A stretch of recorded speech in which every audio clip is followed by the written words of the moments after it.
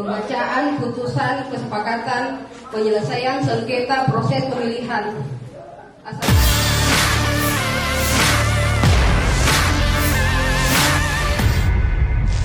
Kalintayan Kolofom berdasarkan surat kuasa khusus tertanggal 5 Desember 2024 dalam ini bertindak untuk dan atas nama pemberi kuasa Farid Kasim dan Nurhaini selaku pasangan calon wali kota dan wakil wali kota Palopo nomor 2 pada Pilkada Kota Palopo tahun 2024. Dengan ini mengajukan permohonan pembatalan keputusan KPU Kota Palopo nomor 620 tahun 2024 tentang penetapan hasil pemilihan wali kota dan wakil wali kota Palopo tahun 2024 yang diumumkan pada tanggal 5 Desember 2024 pukul 03.49 WITA.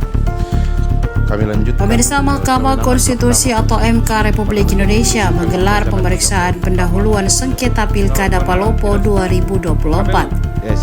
Pemeriksaan pendahuluan itu berlangsung di gedung MKRI 2 lantai 4 pada Jumat 10 Januari 2025.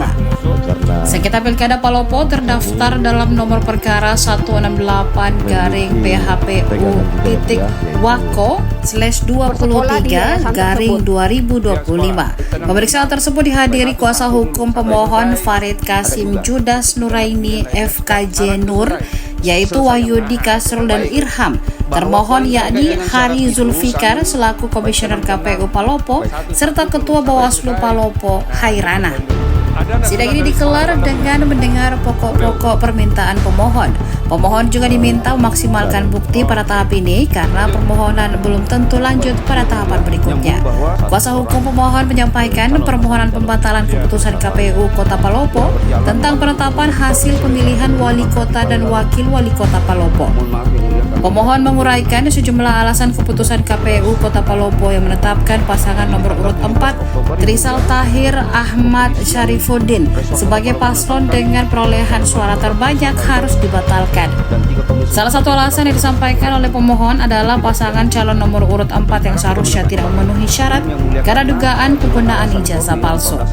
Wahyudi Kasrul selaku pemohon juga menyampaikan perbedaan tipis perolehan suara antara paslon nomor urut 4 dan 2 pada Pilkada Palopo. Irham menyebutkan bahwa selisih perolehan suara tersebut berakhir tipis karena ada pelanggaran administrasi pemilihan.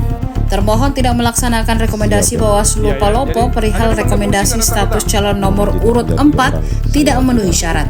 Irham juga menilai serangkaian peristiwa krusial yang menunjukkan pelaksanaan pilkada di Palopo tidak jujur dan adil.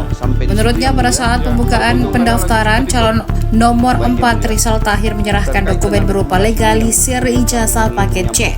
Dokumen yang diserahkan calon Trisal Tahir tersebut menimbulkan keraguan pihak termohon atau KPU Palopo dan menjurat ke pihak pendidikan. Ia juga menyampaikan bahwa adanya balasan surat dari dinas yang menyatakan ijazah Trisal Tahir tidak terdaftar. Bawaslu seharusnya pasangan calon Trisal Tahir dan Ahmad Syarifuddin ini dinyatakan tidak memenuhi syarat atau didiskualifikasi dalam kepesertaan yang mulia. Download Tribun X sekarang. Menghadirkan lokal menjadi Indonesia.